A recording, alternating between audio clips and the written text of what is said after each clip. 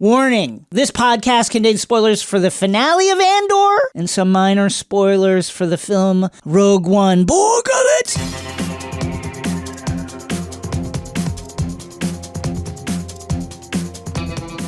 Adam Serwer is a staff writer at The Atlantic, and he recently wrote a piece titled Star Wars Gets Political, but Not in the Way You Think. Adam covers a variety of topics, mostly on the political scene, justice, society, race, etc., and we're delighted to have him here on X-Ray Vision to talk about Andor. Adam, thank you for joining us. Thank you so much for having me. So I think we're both really interested to get your take, and also, we're fascinated by your piece as someone who is not really into the granular conversations around Star Wars on a kind of a week-to-week, project-to-project level, to see what your reaction to Andor was. So Okay, so I need to. How'd you feel about it? I need to clarify this. So I'm not involved in those conversations, but I am involved in the sense that I'm a hopeless Star Wars fanatic. I think there was a couple years after the prequels where I kind of detached and just wasn't interested. And then the Clone Wars cartoon brought me back in. And, even Rise of Skywalker, which is the worst thing that has ever happened to the franchise. It's worse than Phantom Menace. It's worse than, it is just the complete silence of anything to deal with that era of Star Wars just sort of speaks for itself. Even that did not stop me this time because there's so much other stuff that's good that they're doing, and I think so I'm not I don't write about it very much. I don't I'm not I don't get super involved in the production details and stuff it's not professionally, except for every once in a while. It's not something I'm professionally absorbed in, but I do love this stuff. I will watch just about any Star Wars content you give me. I don't know why. I just really enjoy it. I think part of it is just its flexibility. Mm-hmm. And I think that's one of the things about Andor is that the universe can contain so many different interpretations. One of the things that people liked about an earlier stage of the MCU, which is that it was very clear that in the Marvel universe you could do something that was a completely different genre from something else, and it would still fit. And I think Star Wars is really like that, right? Even if you look at Solo, which is one of the less celebrated installments, it's a heist movie. And it feels like a heist movie. And that kind of genre flexibility, I think is, amenable to many different kinds of artist interpretations, of which Andor is probably the best example of something. We've seen a Star Wars creator do something completely different from everything that's come before while still feeling, at least to me, very much like Star Wars. Yeah, okay, so before we dig into Andor then, as a fan, I'd love to know, what's your origin with Star Wars? Where was the place that you first fell in love with it, and what's kind of kept you hooked? I was just a little kid who, saw the movie when I was 5 years old or something like that. And I loved the whole series. And then, at some point you're 8 or something like that. And somebody's dad who has who's a cool dad or something and likes to talk to him about, X-Wing fighters and stuff with his kids' friends. He says something like, "Oh, did you ever notice that Star Wars 1 is episode 4? And this observation just blows your mind. And you're just wait. So there's this whole other story that we don't even know about, and nobody's seen it yet. And what happened? And and this just sort of, this is the moment where you're oh, this universe is so huge that your imagination just runs away with it. Right. And maybe you start reading novels or comic books or something like that. I think that was definitely the moment for me where I sort of, didn't just like it, but sort of fell into the pit. What do you think it is about Andor? Andor, I think, as you noted in your piece, and as many people are talking about, is really kind of the first project, along with Rogue One, to put some real meat on the kind of skeletal idea of rebellion that's kind of alluded to and talked about, but not really explored in any kind of detailed way. What is it that makes this story feel like Star Wars while also being seemingly the most radical take on what a rebellion in this world would mean. So I think, obviously Star Wars is no stranger to political allegory. When I wrote that piece, my intention was not to say that this is the first time Star Wars has engaged in political allegory, because that's obviously not true. Right. Lucas was, sort of famously like, I did this story where the rebels are both America and the Viet Cong, and the Empire is both America and the Soviet Union. And the Nazis. Like the rebellion is every righteous insurgency that has ever existed, and the Empire is every evil regime that has ever existed. That's always been there. But what's interesting about Andor, and also about Rogue One, although I think in a very different way, is that they have an internal politics that makes sense. I mean, I think this is something that, the difference between Rogue One and Andor, to me, is that Rogue One, the rebellion is very much a religious entity. And when you look at, they talk a lot about the Force. Obviously you have Chirrut praying. The rebels on the beach are saying for Jeddah. When they're attacking Scarif, there's this talk about, the huge backlash is that they destroyed a holy city. And the Empire is still violently secular in Andor, but the rebellion is not yet, at least from what we see, is not like a religious institution. But that said, there's something similar there in that we have a sense that there are ideological divisions. In Rogue One, it's simple. They say Saw is an extremist. And Andor really gives us, you have Mon Mothma, who is sort of a more establishment figure who's secretly funding an insurgency, but is also sort of horrified by the actual violence that an insurgency requires. You have Saw, who gives us the sort of lay of the land as far as like, I'm not going to work with somebody who tried to overthrow the Republic with a droid army. Like, I'm just not going to do that. And, you have Luthen, whose ideological origins have been hinted at in a way that I think the show very clearly wants you to think one thing. It wants you to think that Luthen is some kind of fallen Jedi. He shows up. Hopefully, this is not spoilers for your listeners. He shows up in like Siths are us. Sith brothers. He's like, he's dressed like the fake me out Sith outfit Luke Skywalker is wearing in Return of the Jedi. The show wants us to think this. He has that sort of Chekhov's walking stick that looks like a lightsaber. The show wants us to think that he's a Jedi. I don't know that he is. I don't know if that'll turn out to be the thing. I don't know what his particular ideological origin is. But the important thing is that there are ideological divisions. There's this, manifesto that one of the characters writes in Andor that Andor himself is uninterested in, because he's uninterested in politics in the same way that Juno in the original, in Rogue One, she's like, I don't have the luxury of political opinions. And she's kind of lying. She based on her origin, she does have political opinions, but she has decided to reject them in favor of, just scraping out a day-to-day existence, which is what a lot of the people in Andor are doing. And we don't see, and a big part of what people like about the show and what people like about this portrayal of the universe is that we see those people. These people who are eking out an existence under an oppressive regime, not just the people who are sort of the heroes who are going to save the galaxy. Yeah, something from your piece that really spoke to me is where you said the series attempts to imagine an internal politics of class, culture, and ideology that motivates its principal characters and fictional institutions. I would say that Andor is probably the first Star Wars that has really even delved into the ideas of class. The Last Jedi definitely wanted to touch on this idea of a democracy of the Force and how all different people from all different spaces. But Andor, like you said, it really delves into kind of the politics of class and how it impacts the galaxy. Could you speak a little to that and how effective you think it is in this series?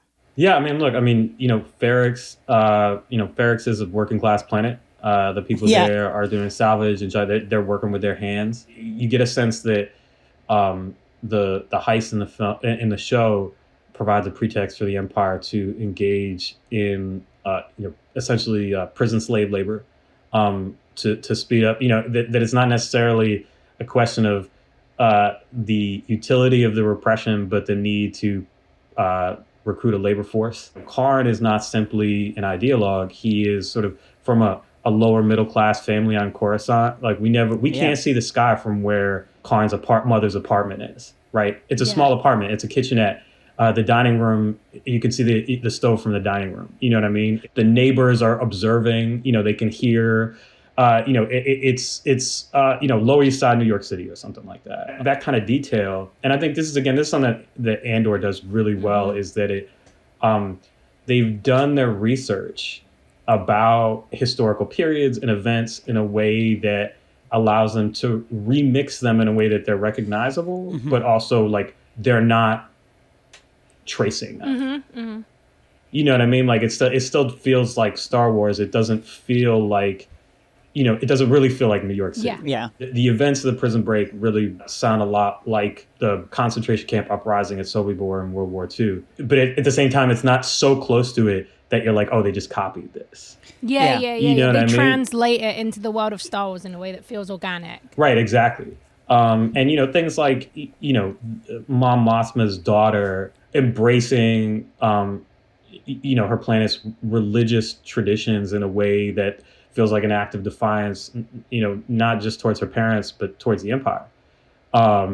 Which is, again, it is similarly violently secular, right? They do not have, they tolerate religion, but they see it as a privilege that they can take away, not as a right of the people under their control. And even when you look at Rogue One, it's sort of a similar, like that film is a preacher of its period. But I think it is it is a very clear sort of analogy to the war in Afghanistan in terms of its portrayal. It's like a space Afghanistan, but or the Western perception of the war in Afghanistan rather. But the point is that it's taking these real world events and remixing them in a way that makes sense within the universe and that gives the universe a sort of realistic feel that Star Wars is typically not known. Star Wars is a space opera, but it's really a fantasy, right? It's almost like it's more, it's closer to Lord of the Rings than Star Trek in some ways. The sci-fi aspects of Andor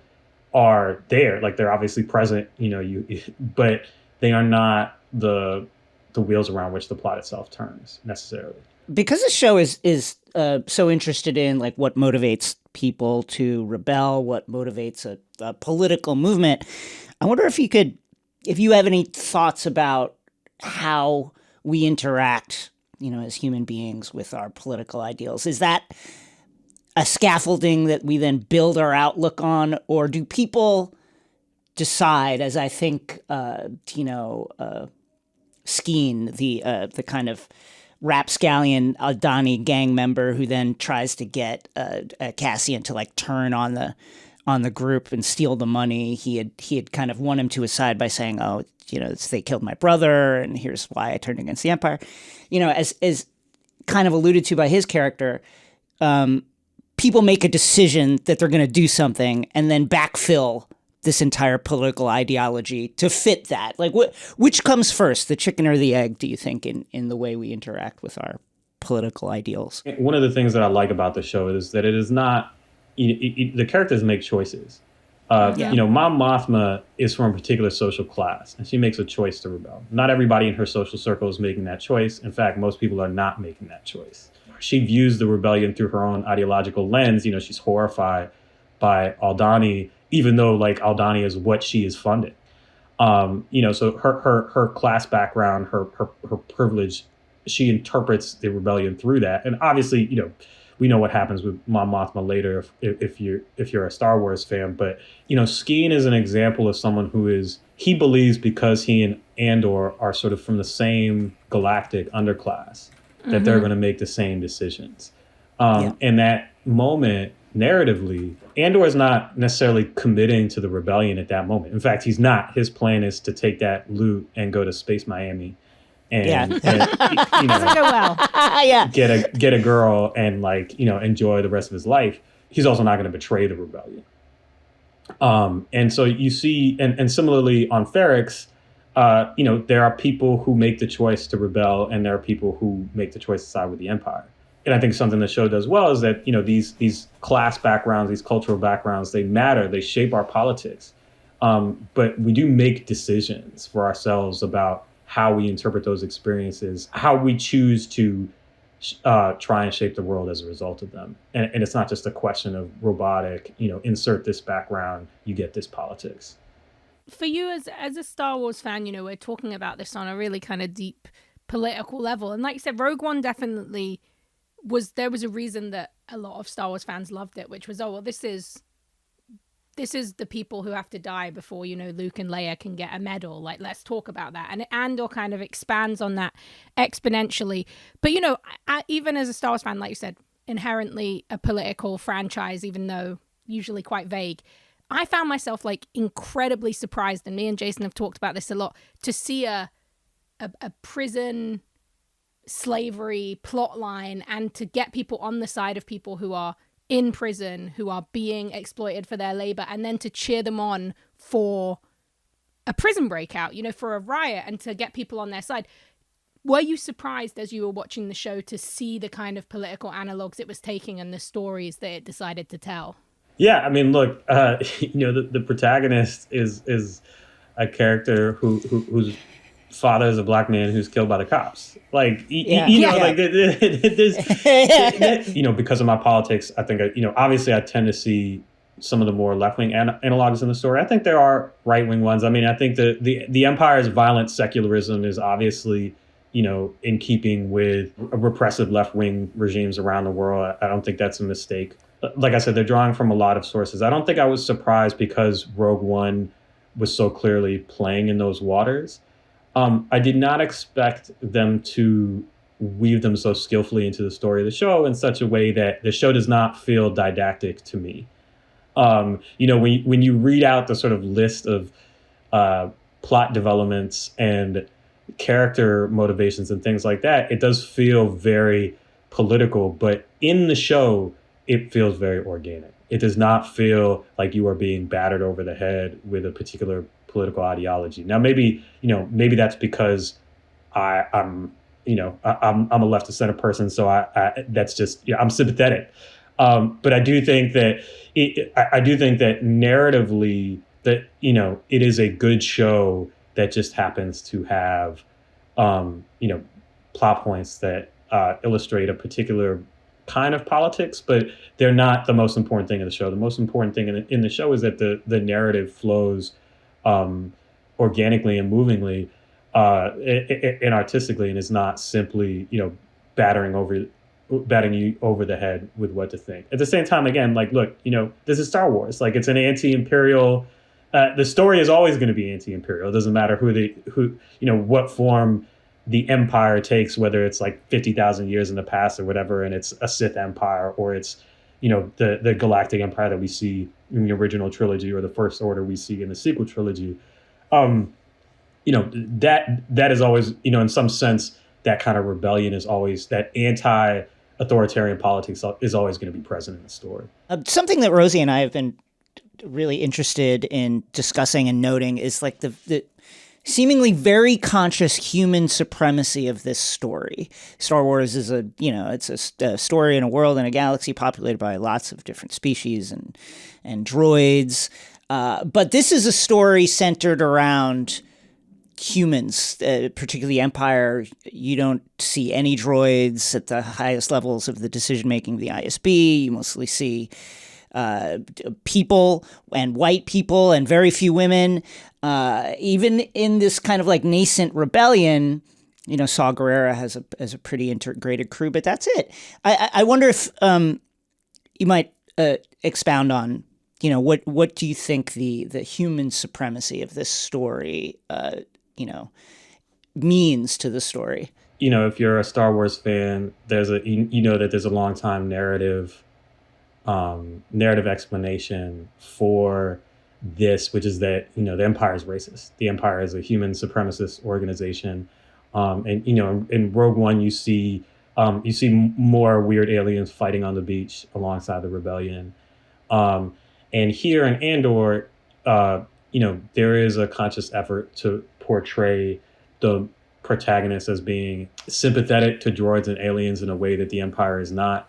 Mm-hmm. I mean, obviously, B2EMO is probably the most sympathetic, non-comic relief portrayal of a droid we've ever seen. Yeah. He's basically a very, very sweet dog. He's a very, very sweet dog. But some of that is in Rogue One. The reprogrammed Imperial droid who's name is I'm blanking K2SO. on. K2SO, right. I mean, like, when he sacrifices himself, Andor is upset. He knows his friend is dead. I mean, he sort of at the same time, he treats him like, you're my droid. Whereas like B2 Emo, there's that moment, where he's like, I don't want to leave the house. Yeah. And he's like, well, I'll stay with you. Which is like, a level of droids are people that I think we haven't seen before. Which I think is like, pulling at one of the more problematic threads of Star Wars, which is that droids are, sort of slaves. But nobody ever really acknowledges that. But yeah, I mean, I think, we see, and then we get that moment where they're escaping from the prison and they try to hotwire the ship of two fishing aliens, and the aliens could turn them in, but they don't instead, because they're like, well, we're not going to turn you in because fuck the Empire. Like, we don't like those guys. I think I would expect, I mean, the two things that, I expect from the second season of the show, other than a high body count, are probably some explanation, like some further explanation of like sort of lay religion when it comes to the Force, that we saw in Rogue One, and probably like more dealing with aliens. Although I think, to some extent, even though there is a narrative explanation for why you don't see so many aliens, I think there's probably some budget constraints as well. I mean, I think there's probably like one of the reasons Andor looks so good compared to some other Disney Plus series is there's a tremendously well done allocation of budget there, where the story is done in such a way as to require a few moments of like crazy special effects. You don't have two giant dragons fighting each other or something like that. You know what I mean? This is a story that it's I mean, like, even, the sort of final episode like is like a Shakespeare play where all the characters are on the stage at the same time. Like it's written sort of like almost like a play. And so, it does not require, it didn't have, there are a couple moments like, when Luthen escapes in his ship that are like, obviously, like, we spent a lot of money on this and it was very satisfying.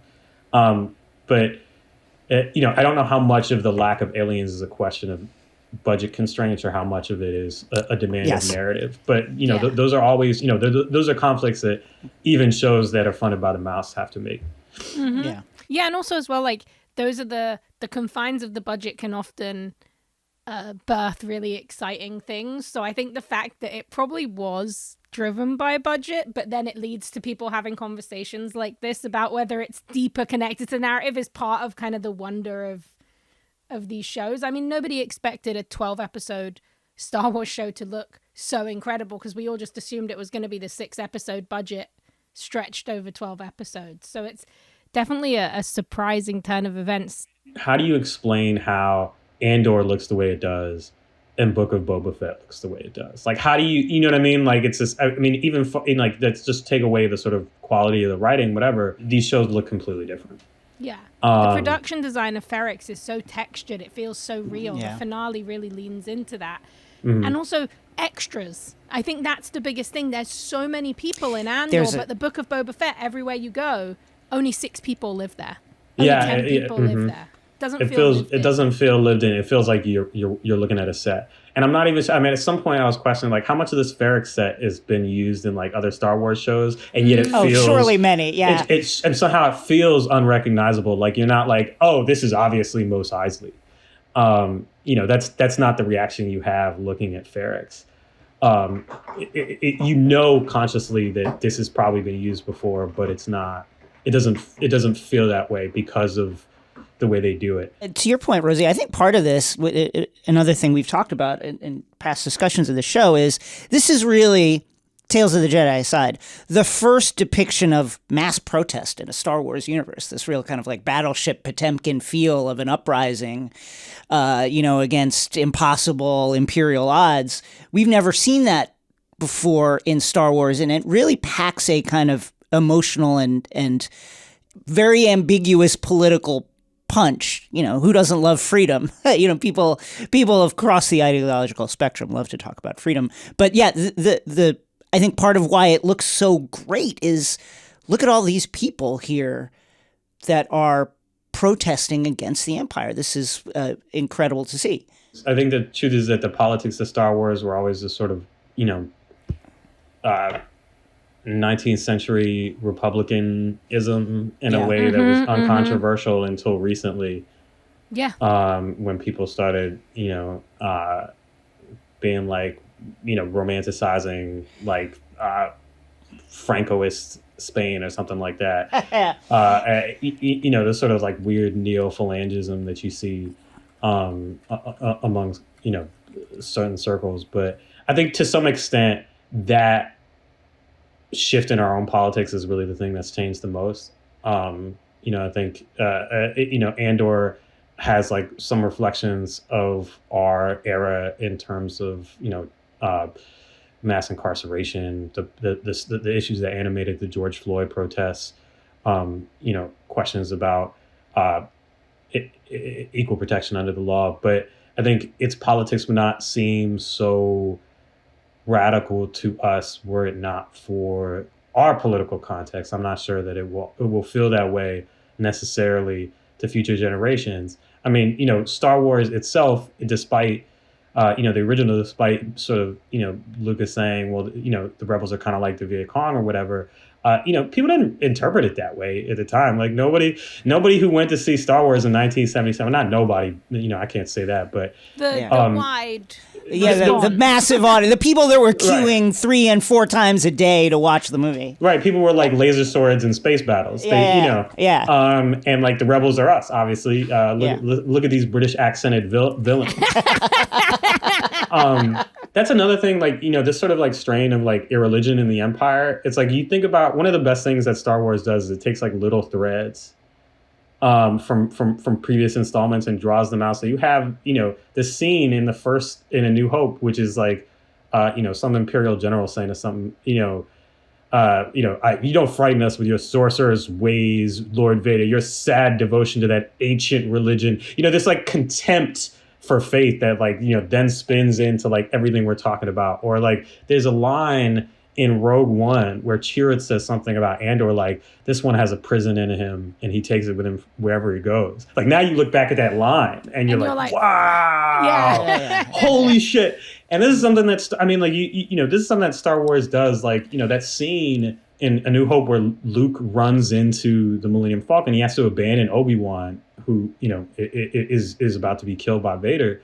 That's like the completion of Order 66, except you don't know that because it's 1977. Yeah. But it's like that scene where like a Padawan has to abandon his master who's being killed by the Empire like that. We've seen that replay over and over, which is you can retcon Star Wars in a way that makes prior moments that were supposed to be one thing mean something completely different and be emotionally resonant in a completely different way. And it's something that it's hard to think of another genre or another universe, fictional universe in which that kind of thing is really possible in the same way. I mean, other people try to do it. I won't mention any names, but other people have tried to do it in a way that seems like hacky and like just trying to preserve a particular brand's relevance for a certain moment. But with this, it's like people take something like Dave Filoni will take something that was in the prequels of the original trilogy and spin it out into some narrative complexity that becomes wonderful. And that's Andor sort of like that on a grand scale. Yeah, you touched a little bit, I think, as well on the trajectory of Star Wars is quite unusual because for a long time it was kept alive by these, expanded universe, now known as like Legends novels. So in that way, people have always been taking those little threads and expanding it out, whether it's a book about a character that you didn't realize could have this kind of complex interior life, and then that is now continued in the way that new creators are taking things and collaborating on old ideas to kind of keep the IP going. But it's kind of one of the blessings of that constraint of, we need to keep this IP alive, we need to keep people caring about it. You get creators who sometimes come in and see something like Tony Gilroy saw in the possibilities of this story to kind of tell an entirely different version of what we've seen before. So you wrote your piece before the season had ended. We are now post the finale of Andor. How do you feel like the show hit looking back as now that you've seen the first season? I mean, look, it's obviously, I think it's one of the best interpretations of this universe that we've ever seen. I think it's just sort of, just in terms of portraying what motivates someone to be a rebel or to line up with the Empire. I think that's just a question that, was not necessarily previously asked. I mean, I think, or at least not asked and answered in a way that felt satisfying. I mean, when you look at the prequels, this is sort of the point of the prequels was to say, this is how Darth Vader happened. Right. And, the world building in the prequels was so good that it created a lot of potential. Right. But the ultimate narrative of how Darth Vader happened felt very unsatisfying for a lot of people. And then you had Clone Wars, which really pulled at this thread and portrayed it, showed this evolution of Anakin as someone who is slowly being radicalized.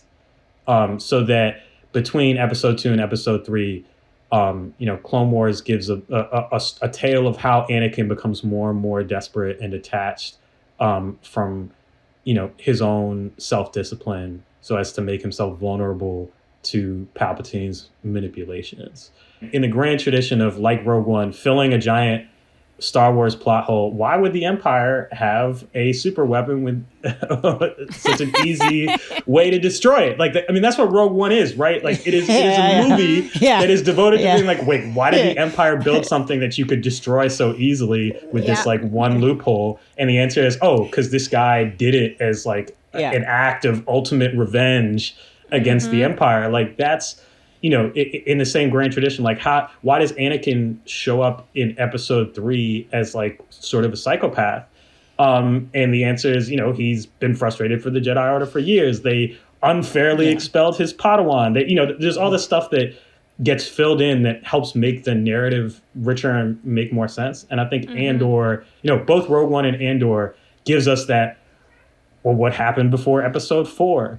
What happened to get to how was the rebellion built? It gives us these answers in a way that I think is extremely satisfying, building on not just the good parts of the old universe, but even the bad parts. I mean, that's one of the great things is that you could take a plot hole as big as why is destroying the Death Star so as easy as shooting a torpedo into an exhaust port, and spin a beautiful explanation out of it that is emotionally compelling. And it's this is a plot hole. This is a flaw in the original storytelling, and and they somehow made a great story out of it. And that's part of the magic of the universe for me. Adam, thank you so much for joining us. Do you have anything to plug? I'll plug our World Cup newsletter right now. The World Cup is going on. This is a whole other aspect of my nerd life, but the World Cup is going on. The Atlantic has a World Cup newsletter, the Great Game. I'm not the only person writing it. There's a lot of other people writing, great writers, Clint Smith, Adam Harris, Frank Foer, and I highly recommend it, especially if you are not, a super soccer fan. This is more for the people who tune into the World Cup every 4 years. And that's it. Thank you so much for having me on the show. Thank you for being One last thing. Do you want to? This is your opportunity, a perfect opportunity to talk trash about Shea Serrano. Our mutual friend Shea Serrano, in a context that might get back to him. Any burns, any roasts of Shea that you'd like to share on the program today? If you had prepared me, I would have thought one up. Made a Google Doc of all the best zingers. I would have made an Excel document with all my possible Shea zingers. But it's hard though because we're both bald high yellow hobbits, so it gets tough. Anything I said, what am I going to say about Shea that isn't also true about me? But yeah, I'll just so I guess that'll count as my burn. How about that? That was a good burn. How about that? Adam, thank you so much for joining us. All right, take care, guys.